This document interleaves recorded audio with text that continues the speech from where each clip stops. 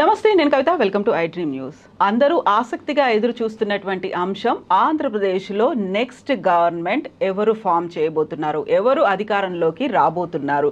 గతంలో కంటే మెజారిటీ ఎక్కువ వస్తుంది అని జగన్ చెప్తూ ఉంటే కూటమియే ప్రభుత్వం ఏర్పాటు చేస్తోందని చంద్రబాబు నాయుడు కూడా అదే మాట అంటున్నారు. టీడీపీ లీడర్స్ కూడా బెట్టింగ్లు కూడా వేస్తున్నారు. ఓవరాల్గా సర్వేలు, ఫేక్ సర్వేలు ఇవన్నీ చూసిన తర్వాత హైయెస్ట్ పోల్ పర్సంటేజ్ ఏం చెప్తోంది? మనతో పాటుగా ఉన్నారు పొలిటికల్ అనలిస్ట్ ప్రకాష్ గారు. ప్రకాష్ గారు నమస్కారం.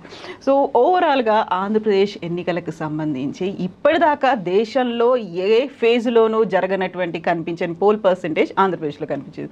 సో క్యూరియాసిటీ, యాంగ్జైటీ అనేది బాగా పెరిగినట్టుంది. డెఫినెట్గా ఉంటుంది. ఎందుకంటే అక్కడ సామాజిక కోణం ప్రధానంగా కనబడుతుంది మనకు. అందులో ఆ పట్టుదలలు ఉంటాయి. మావాడిని గెలిపించుకోవాలి అంటే ఓకల్ సెక్షన్స్, వాళ్ళు పలుకుబడి ఉన్న సెక్షన్స్ కూడా ప్రధానంగా 3 కమ్యూనిటీస్ ఇందులో కనబడతాయి. కాపులలో ఒక స్ప్లిట్ వచ్చింది. అంటే కంప్లీట్గా కాపులంతా చంద్రబాబు కనుక మద్దతు ఇచ్చి ఉంటే 100% చెప్పొచ్చు అధికారంలోకి వస్తారు అని. బట్ చంద్రబాబు సామాజిక వర్గం ఆయనకు బాగానే బలంగా నిలిచింది. బట్ కాపులలో వచ్చిన చీలిక అంటే బహుశా పవన్ కళ్యాణ్ దాన్ని ఒక్క దగ్గరికి తీసుకురావడంలో అంతగా అనుకున్నంతగా ఆయన సక్సెస్ కాలేదు అని అనిపిస్తూ ఉంది. ఒకవేళ కనుక ఆయన చేయగలిగి ఉంటే ఈ వర్టికల్ డివిజన్ రాకపోయేది. ప్రతి కాన్స్టిట్యున్సీలో కూడా కాపులలో చీలిక కనబడుతూ ఉంది. కాబట్టి మళ్ళీ జగన్కే ఎడ్జ్ ఉందని నేను అనుకుంటున్నా. అక్కడి నుంచి వస్తున్న మిత్రులు చెప్తున్న విషయాలు కానీ ఇవన్నీ కూడా చూసినప్పుడు ఏంటంటే, ఇంకోటి ఓవరాల్గానమ్మా దేశవ్యాప్తంగా ఒక్క ఆంధ్ర రాజకీయమే కాదు, అభివృద్ధి కంటే సంక్షేమానికే ఎక్కువ ప్రాతినిధ్యం కనబడుతుంది ప్రజల్లో. వాళ్ళు ఇమ్మీడియట్గా మాకేమొస్తుంది అనే దాని మీదనే ఆశపడుతున్నారు తప్ప మాకేమొస్తున్నది, మాకేమొచ్చింది, మాకేమొస్తుంది, ఈ అభివృద్ధి అనే దాన్ని సెకండరీ అంశంగా పక్కకు పెడుతున్నారు. కానీ రూరల్ తెలంగాణ కానీ ఇప్పుడు ఆంధ్రప్రదేశ్లో కానీ సంక్షేమాన్నే ప్రధానంగా క్రైటీరియాగా పెట్టుకున్నప్పుడు సంక్షేమం జగన్ బాగా చేశాడు. అంటే అంతకుముందు ప్రభుత్వంతో పోలుస్తారు. చంద్రబాబు ఉన్నప్పుడు మనకి ఇన్ని డబ్బులు రాలే కదా, జగన్ వచ్చాకనే కదా మనకి ఇన్ని డబ్బులు వచ్చినాయి. తర్వాత నేరుగా ఇంటికి తీసుకెళ్ళి డబ్బులు ఇవ్వడం, దానివల్ల ఒక బాండేజ్ అక్కడ ప్రజలకున్న ఆ సంక్షేమ పథకాల లబ్ధిదారులకున్న ప్రభుత్వానికి మధ్యలో వారధిలాగా ఆ వాలంటీర్స్ ఉండడం. ఎంత లేదన్నా relationship is the key to the success అంటాం మనం. ఆ రిలేషన్షిప్ ఓట్లను ప్రభావితం చేయగలుగుతుంది. సంక్షేమ విషయంలో రాజీ పడలేదు అక్కడ. తర్వాత బీసీలను తక్కువ చేసిండు అనే ఫీలింగ్ ఎక్కడ రాకుండా జాగ్రత్త పడ్డాడు. అన్ని కులాలకు కార్పొరేషన్లు ఇచ్చాడు, నాయకత్వాన్ని ఎలివేట్ చేశాడు. తర్వాత ఆయన చేసిన ఇంకొక మంచి పని ఏంటంటే, మంత్రులుగా ఉన్న వాళ్ళని అట్లనే కంటిన్యూ చేయకుండా, కేసీఆర్ కదా 10 ఏళ్ళు 5 ఏళ్ళు కంటిన్యూ చేసినట్టుగా ముందే చెప్పి 2.5 years కాగానే వాళ్ళందరినీ రిజైన్ చేయించేసి ఒకరిద్దరిని తనతో పెట్టుకున్నాడు. బట్ అందరినీ మార్చేశాడు. వాళ్ళకు కూడా అసంతృప్తి లేకుండా అందరినీ కూడా ముందే చెప్పి ప్రిపేర్ చేసి ఈ 2.5 years మీరు ఉంటారు, మళ్ళీ నెక్స్ట్ 2.5 years వేరే వాళ్ళకి అవకాశం ఇద్దాము, అట్లా కొంత అసంతృప్తి లేకుండా తగ్గించుకోగలిగాడు. అంటే అంతకుముందు టీడీపీ వాళ్ళను జగన్ ఎట్లయితే తన వైపు తెచ్చుకోవడానికి ప్రయత్నం చేశాడో చంద్రబాబు కూడా చేశాడు. చేసినా కూడా అంతకుముందు జగన్ సక్సెస్ అయినంతగా చంద్రబాబు కాలేకపోయాడు. వీటన్నిటితో పాటుగా ఎదుగుతూ దూకుడుగా వ్యవహరించే శైలి జగన్ది. ఒక రకంగా వృద్ధాప్యంతో, ఒక నిరాశ నిస్పృహలతో, అంత కొండంత రాజశేఖర రెడ్డి దగ్గర ప్రతిపక్ష నాయకుడిగా బలంగా వ్యవహరించిన వ్యక్తి జగన్ చేతిలో చావు దెబ్బ తిన్నాడన్న మాట వాడచ్చు. అంటే ఆ రాజకీయ క్రీడలో జగన్ పైచేయి సాధించాడు. అసెంబ్లీలో జరిగిన అది ఎథికలా అనెథికలా అనే విషయాల్లోకి నేను పోను, పార్లమెంటరీ పద్ధత అన్పార్లమెంటరీ అనేది కూడా నేను పోను. బట్ చంద్రబాబు మాత్రం ఒక గంజిలో పడ్డ ఈగలాగా తీసి పడేశాడు జగన్. దాన్ని కూడా హర్షించే వాళ్ళు ఉంటారు కొంతమంది. అంటే ఆయన స్థాయికి వాస్తవంగా జగన్ చాలా చిన్న రాజకీయ నాయకుడు, యంగ్ పొలిటీషియన్. రాజకీయ అంటే వైఎస్ రాజశేఖర రెడ్డితో సమవుజ్జిగా ఉండి, ఆంధ్రలో ఒకసారి తెలంగాణలో 2 సార్లు ముఖ్యమంత్రిగా ఉండి, ఒక బలమైన ప్రతిపక్ష నాయకునిగా ఉండి, 25-30 ఏళ్ళు రాజకీయాలను శాసించిన వ్యక్తి. Almost YS Rajasekhara Reddy and ఇద్దరు ఒకేసారి ప్రస్థానం ఒకేసారి ఎమ్మెల్యేలు అయ్యారు. ఒకేసారి కాంగ్రెస్లో 78లో వి హనుమంతరావు గారు యూత్ కాంగ్రెస్ ప్రెసిడెంట్ ఉన్నప్పుడు ముగ్గురు వైస్ ప్రెసిడెంట్లు, కె చంద్రశేఖరరావు గారు, చంద్రబాబు నాయుడు, రాజశేఖర రెడ్డి. తర్వాత ఇద్దరికి మొదటిసారి అంజయ్య గారి మంత్రివర్గంలోనే రాజశేఖర రెడ్డికి ఆయనకు వచ్చింది. వాళ్ళిద్దరు ఎమ్మెల్యేలు కాబట్టి వాళ్ళకు అందులో వచ్చింది. సో అటువంటి పరిస్థితి నుంచి జగన్ ఎదుర్కోవాల్సి వచ్చేసరికి ఆయనకు కొడుకు ఎదిగి రాలేదు. అంటే రాజకీయంగా ఆయన పోటీ చేసినా కూడా గెలవకపోవడం ఒక మైనస్ పాయింట్. ఆ శక్తియుక్తులను ఆయన చూపెట్టకపోవడం, ప్రదర్శించకపోవడం, ఎదగలేకపోవడం, ఆ శక్తిని అంటే ఇప్పుడు రాజశేఖర రెడ్డి కొడుకుగా జగన్, కేసీఆర్ కొడుకుగా కేటీఆర్ ఎట్లయితే ఎదిగారో ఆ లోకేష్ లోపల ఆ ఎదుగుదలను ఆంధ్ర ప్రజలు చూడలేకపోయారు. ఆయన ఓటమి కూడా ఆయనకు బిగినింగ్లో వచ్చిన ఒక పెద్ద మైనస్ పాయింట్. అది మొదటిసారి గెలవాల్సి ఉండే ఆయన. ఇవన్నీ చూసినప్పుడు కొంత నాయకత్వ వైఫల్యం టీడీపీలో వెంటాడుతూ ఉంది. బలమైన నాయకుడే, నో డౌట్. కానీ జగన్ లాగా దూకుడుగా పోవడంలో కానీ ఆ రాజకీయం అంటే ఒక నెక్స్ట్ జనరేషన్ లీడర్ కదా జగన్. అంటే ఇప్పుడున్న వ్యూహాలు, ఎత్తుగడలు ఆ పాత ఎత్తుగడలకు వ్యూహాలకు సరిపోవు. ఇప్పుడున్నవి పైచేయిగా దూకుడుగా వెళ్ళిపోతూ ఉంటాయి. ఆ పాత రాజకీయం అనేది పక్కకు పెట్టాలి. బట్ ఆ మార్పు అనేది చంద్రబాబులో కనబడతలేదు. ఆయన ఇంకా ట్రెడిషనల్గానే ఎన్టీ రామారావు కాలం నాడు ఎట్లా రాజకీయాలు చేశాడో ఆ మూసలోనే ఆయన వస్తున్నాడు. పెద్దగా మార్పు ఏం కనబడతలేదు. మార్పు కావాలి డెఫినెట్గా. నాయకుల లోపల మార్పు ఉంటేనే ప్రజలు కొంత అటువైపు ఆకర్షించబడతారు. బట్ అందరికీ తెలిసిన నాయకుడు, 40 ఏళ్ళ నుంచి రాజకీయం చేస్తున్న నాయకుడు, రాజశేఖర రెడ్డితో ఎదుర్కొన్న నాయకుడు, జగన్ దగ్గరికి వచ్చేసరికి ఈయన ఎత్తుగడల ముందు అవి పనిచేయలేకపోతున్నాయి. సరే, ఆయన చేసిన అతిపెద్ద తప్పు ఏంటంటే మోడీతో పెట్టుకోవడం. కేసీఆర్ ఎట్లా పెట్టుకున్నాడో చంద్రబాబు కూడా మొదటి టర్మ్లో మోడీతో పెట్టుకున్నాడు. ఇప్పుడు మోడీతో మళ్ళీ కలిసినా కూడా అది మెటీరియలైజ్ కాలేదు. కూటమి పెట్టుకున్నప్పుడు కూడా మెటీరియలైజ్ కాలేదు. అంటే ఆంధ్రలో ఏంటంటే ఒక యువ నాయకత్వం టీడీపీకి రావాలి. అది కొడుకే కావాలని ఏముంది. ఆ పార్టీలో చాలామంది యువకులు ఉన్నారు, మంచి మంచి యంగ్ ఏజ్లో ఎమ్మెల్యేలు అయిన వాళ్ళు ఉన్నారు, జెడ్పీ చైర్మన్లు అయిన వాళ్ళు ఉన్నారు. సో ఆ రాజకీయాన్ని ఆయన మళ్ళీ చేపట్టాల్సి ఉంటుంది. ఒక యంగ్ లీడర్షిప్ను టీడీపీలో బాగా ప్రమోట్ చేయాల్సిన అవసరం ఉంటుంది. వాళ్ళకు ఒక బేస్ అనుకున్న ఉత్తరాంధ్రలోనే ఇవాళ ఆ బేస్ ఖాళీ అయిపోతూ ఉన్నది. అది ఏ పార్టీకి ఎట్లున్నా ఉత్తరాంధ్ర జిల్లాలన్నీ కూడా వన్ సైడ్ టీడీపీకి కంచుకోటలాగా ఉండేటి. కాంగ్రెస్ కొంత రాయలసీమలో ఉన్నా కూడా అటువంటి పరిస్థితి ఇప్పుడు కనబడతలేదు. ఇప్పుడు ఆడ కూడా మళ్ళీ జగన్ చాలా పై స్థాయిలో కనబడుతున్నాడు, వైజాగ్ ప్రాంతం అంతా కూడా. సో చూడాలి మరి. ఇప్పుడైతే ఈ ఐజాన్ టుడే ఇవాళ వరకు వస్తున్న సమాచారం ప్రకారం అయితే జగన్కే ఎడ్జ్ ఉంది, 100 క్రాస్ అవుతుంది అనేది. అంటే ఆ బిల్లు 65-70 లోపల ఎండ్ అవుతుంది ఈ కూటమి అనేది ఇప్పుడు వస్తున్న అంచనా. బట్ ఒకటే చెప్పొచ్చు బ్రాడ్గా, జగన్ మళ్ళీ ముఖ్యమంత్రి అవుతున్నాడు. ప్రజల్లో ఎక్కువ భాగం సంక్షేమానికి పెద్దపీట వేస్తున్నారు. ఆ విషయంలో ఆయనకంటే ఈయన బెటర్. జగన్ కొంత ఎడ్యుకేషన్ సిస్టమ్ను అద్భుతంగా చేశాడు, వైద్యాన్ని కూడా కొంచెం మెరుగుపరిచాడు. మన తెలంగాణతో పోల్చుకున్నా కూడా ఈ 2 రంగాలలో ఇక్కడ ఒక రెసిడెన్షియల్ స్కూల్లో వరకు కేసీఆర్ను మనం నంబర్ 1గా పెట్టవచ్చు.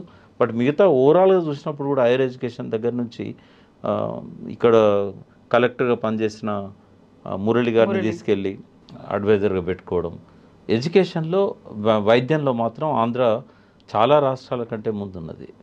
ఇవన్నీ కూడా అక్కడ ప్రజలు ఇష్టపడ్డారు. ఇంకా రాజశేఖర రెడ్డి జగన్ ఉండడం వల్ల కావచ్చు ఆయనను మర్చిపోలేకపోతున్నారు. షర్మిలది పెద్దగా ఎఫెక్ట్ చూపెట్టలేదు. నిజంగానే షర్మిలది ఎఫెక్ట్ చూపెడితే ఈ కూటమికి బాగా కలిసి వచ్చేది. అది ఆఖరి నిమిషంలో ఆమె తీసుకున్న నిర్ణయం కావచ్చు, అది మెటీరియలైజ్ కాలేదు, పోలరైజ్ కాలేదు. ఒక 1 year బిఫోర్ కనుక షర్మిల కాంగ్రెస్ పార్టీ బాధ్యతలు తీసుకొని ఉంటే జగన్ కొద్దిగా ఇబ్బంది అయ్యేది. పాత కాంగ్రెస్ నాయకులందరినీ తమ వైపు తెచ్చుకోవడానికి కొంత సోనియా గాంధీ, రాహుల్ గాంధీ వీళ్ళందరూ ఎఫర్ట్స్ పెట్టి ఉంటే కొంత చీలికి వచ్చేది. జగన్తో ఉన్న పాత కాంగ్రెస్ నాయకులు వెళ్ళిపోయేవాళ్ళు. ఆ పరిస్థితి కూడా రాలేదు. ఆమె బాధ్యతలు తీసుకొని అక్కడ అడుగు పెట్టేసరికి నోటిఫికేషన్ వచ్చింది. ఇవన్నీ కూడా కొంత చంద్రబాబుకు ఉపయోగపడని అంశాలు. బట్ మోడీది తెలంగాణలో ఉన్నంత ఆ వేవ్ అక్కడ కనబడతలేదు. నిజంగానే ఒకప్పుడు కార్గిల్ అప్పుడు వచ్చిన ఎలక్షన్లో కార్గిల్ వార్ ప్రభావం వల్ల మోడీతో జతగా అదే అప్పుడు వాజ్పేయితో బీజేపీతో జతగలిసిన వాళ్ళందరూ గెలిచారు. ఇక్కడ కూడా అనూహ్యంగా చంద్రబాబు మళ్ళా రెండోసారి అధికారంలోకి వచ్చాడు. ఏమాత్రం వచ్చే అవకాశాలు లేని పరిస్థితుల్లో కార్గిల్ అతనికి హెల్ప్ చేసింది. అంటే మోడీ ఫ్యాక్టర్ కూడా అట్లా హెల్ప్ చేస్తుందేమో అని చంద్రబాబు నాయుడు అనుకున్నాడు. బట్ ఎందుకో ఇక్కడ ఉన్నంతగా కనీసం తెలంగాణలో ఆ జై శ్రీరాము ఆ రాముని అది ప్రభావము అక్కడ అంతగా కనబడలేదు.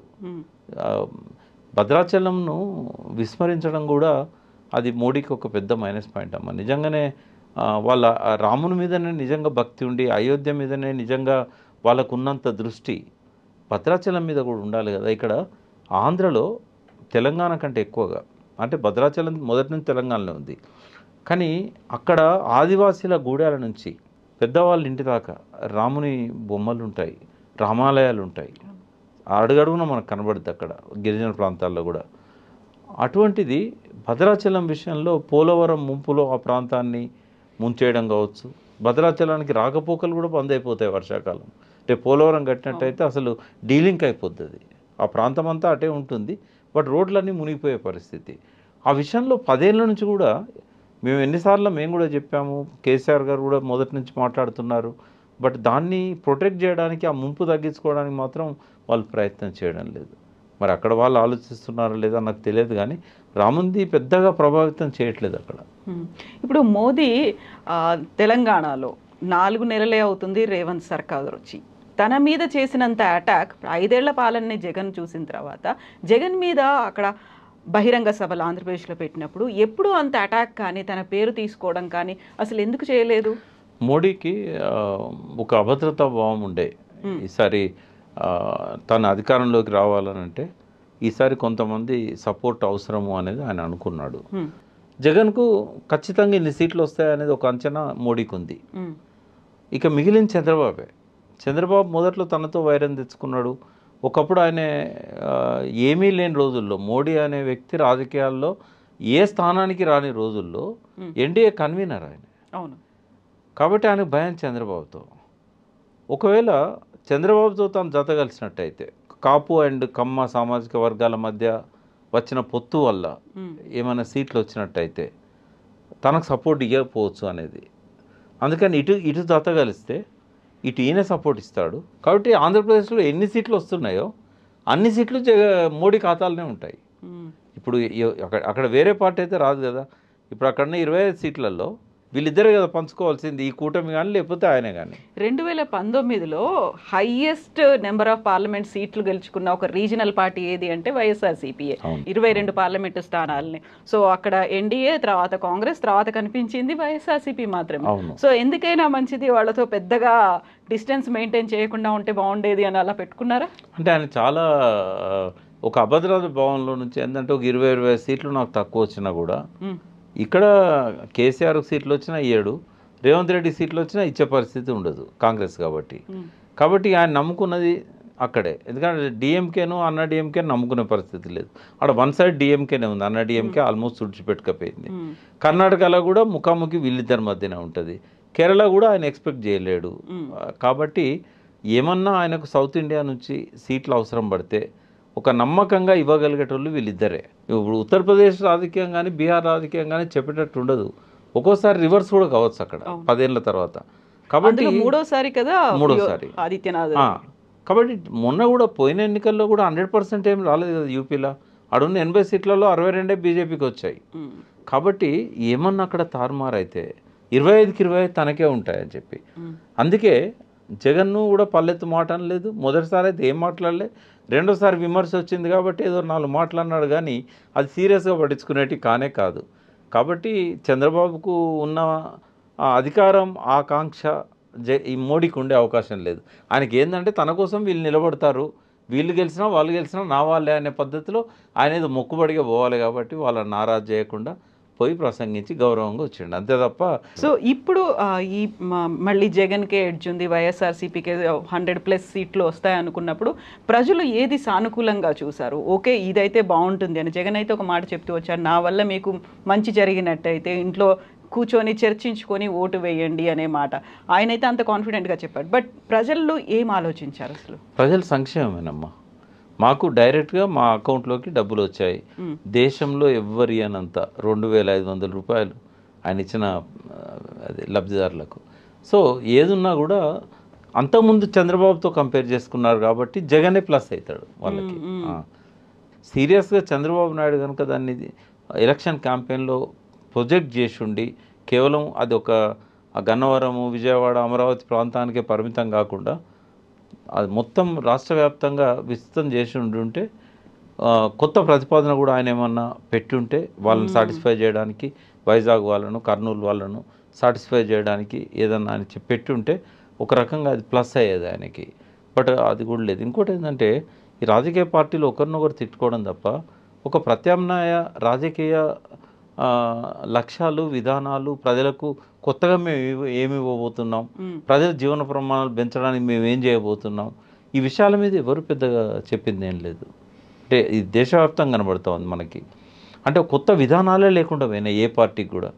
ఉదాహరణకి ఇంత 10 సంవత్సరాల అధికారంలో ఉన్న టీఆర్ఎస్ కూడా ఎన్నికల్లో ఒక కొత్త ఆల్టర్నేటివ్ ఏజెండా పెట్టలేకపోయింది. చంద్రబాబు పెట్టలేకపోయాడు. చేసినా చెప్పుకోవడమే జగన్ చేస్తున్నాడు. మేము అధికారంలోకి వస్తే ఇవి చేస్తామని చెప్పుకోవడంలో చంద్రబాబు ఫెయిల్ అయ్యాడు. ఎన్నికల ప్రణాళికలకు అసలు విలువే లేకుండా పోతున్నది.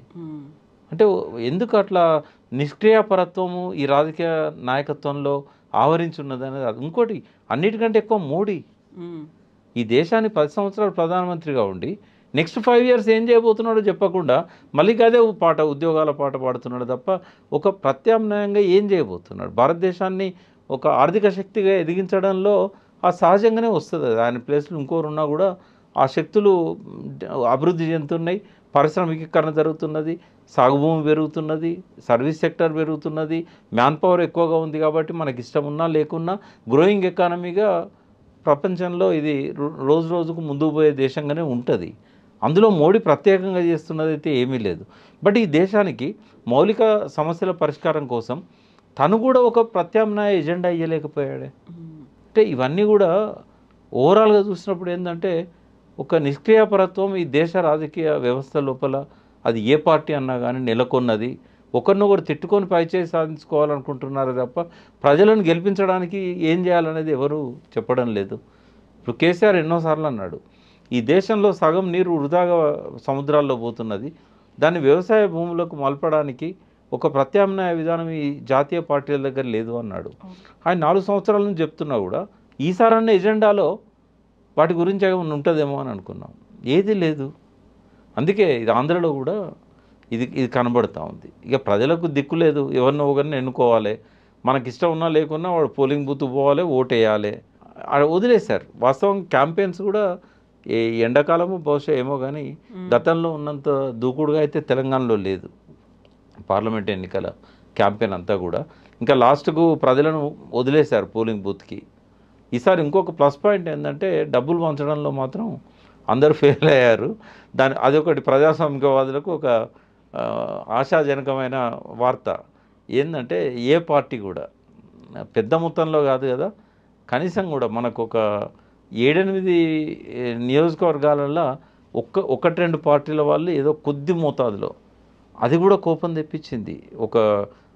నేను పేరు చెప్పాను, ఒక నియోజకవర్గంలో పోయినసారి ఒక పార్టీ 5,000 ఇచ్చింది, ఇంకో పార్టీ 3,000 ఇచ్చారు, ఒక పార్టీ అప్పుడు ఏమీ ఇవ్వలేదు. ఆ ఇద్దరు కూడా ఈసారి ఏమీ ఇవ్వలేదు. అంటే ఒకడు అధికారంలో ఉన్నాడు, ఒకడు 10 ఏళ్ళ అధికారంలో ఉన్నాడు. వాళ్ళిద్దరు ఏమి ఇయ్యనప్పుడు వాళ్ళకెందుకు ఇవ్వాలి, వీడికి వేద్దాం కొత్తోడికి. ఎట్లాగో ఇది ప్లస్ అయిందా బీజేపీకి తెలంగాణలో? ఇది ప్లస్ అయింది బీజేపీకి మాత్రం, ఇది చాలా ప్లస్ అయింది. ఎందుకంటే బీజేపీ వాళ్ళు ఎవరు కూడా 1-2 నియోజకవర్గాల్లో అభ్యర్థులు బాగా డబ్బున్న వాళ్ళు కావడం వల్ల వాళ్ళు ఇచ్చారే తప్ప ఓవరాల్గా చూసినప్పుడు టీఆర్ఎస్ కూడా పార్టీ పరంగా పెద్దగా ఇచ్చినట్లేదు. అక్కడక్కడ క్యాండిడేట్స్ వాళ్ళు పెట్టుకున్నారు. మొత్తానికి ఏంటంటే ఈసారి డబ్బు ప్రభావం మాత్రం చాలా తగ్గింది. పట్టుకున్న డబ్బులు కూడా కంపేర్ చేయలేము. మన అసెంబ్లీ ఎన్నికల్లో ఎంత డబ్బు దొరికింది, పార్లమెంట్ ఎన్నికల్లో ఎంత డబ్బు దొరికింది, అసలు కంపారిజన్ లేదు. అదొక అంటే అసెంబ్లీ ఎన్నికలు కూడా ఇట్లనే జరగాలి. ఒక ప్రత్యామ్నాయ ఎజెండా చూపెట్టాలి, ప్రజలకి కొంత ఆశలు కల్పించాలి, ప్రణాళికలు రాసుకున్న దాన్ని అమలు చేయాలి.